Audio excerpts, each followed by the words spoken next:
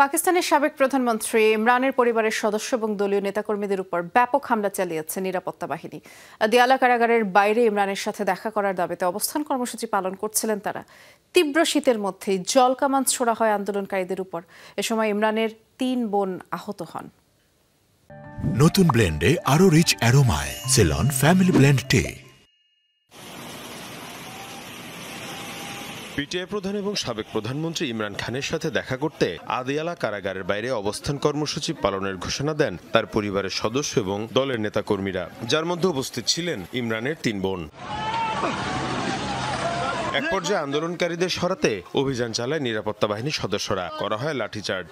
বিক্ষোভকারীদের লক্ষ্য করে জলকামান ছোড়ে পুলিশ। তীব্র শীতের মধ্যে পানি ছড়া হয় ইমরানের বোন আলিমা, আজমা এবং নুরি নিয়াজিকে লক্ষ্য করে। এ সময় ক্ষোভ জানিয়ে তারা বলেন, আদালতের নির্দেশ অনুযায়ী নির্ধারিত দিনে ইমরানের সাথে দেখা করতে এসেছিলেন তারা। পুলিশি অভিযানকে নমরুদের কার্যক্রমের সাথেও তুলনা করেন। ইমরান খান জেসে আমরা আদালতের আদেশ অনুযায়ী আমার ভাইয়ের সাথে দেখা করতে এসেছিলাম, কিন্তু পুলিশ আমাদের সাথে যে আচরণ করেছে তা নমরুদদের সাথেই তুলনাযোগ্য। ইমরান খানকে কোনো চিকিৎসা দেয়া হচ্ছে না। দেখেইনি কবি।